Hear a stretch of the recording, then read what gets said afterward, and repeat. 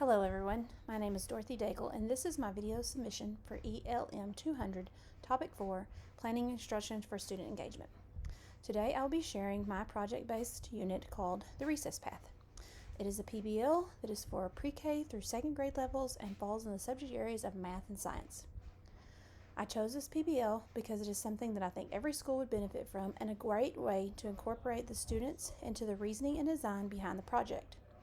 The Recess Path is a project that the students will work on throughout the year together with their classmates and alone as individuals to create a sensory path that can be used indoors for recess time during rainy days to help the students get more movement.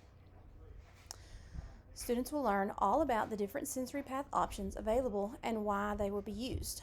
They will learn that the weather and temperature play a major role in whether they get to have recess that day at school. For this reason, they will also learn to monitor weather patterns and temperature through this project.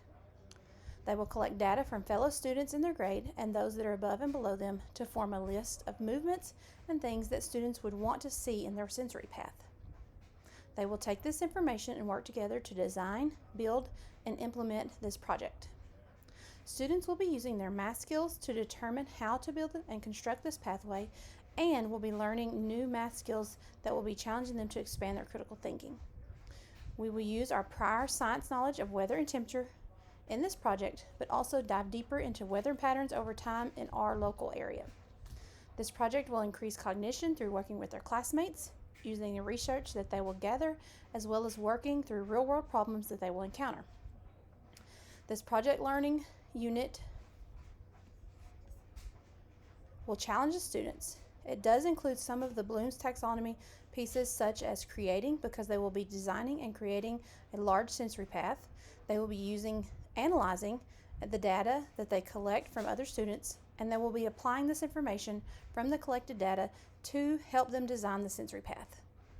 By the end of the PBL unit, students will be able to recognize the aspects of design, how to gather information, how to make observations to be able to solve a problem or improve a project. They will also have a better understanding of weather and temperature patterns over time. They will have expanded their math skills by working on the design and the sensory path, and in the end, the students will have successfully built a sensory path based on their findings and research and will be able to teach other classes how to use the paths and what movements to use, not only to their classmates but to the teachers as well. They will then share their learnings and provide a rainy day movement option for all students in their school to use. Thank you.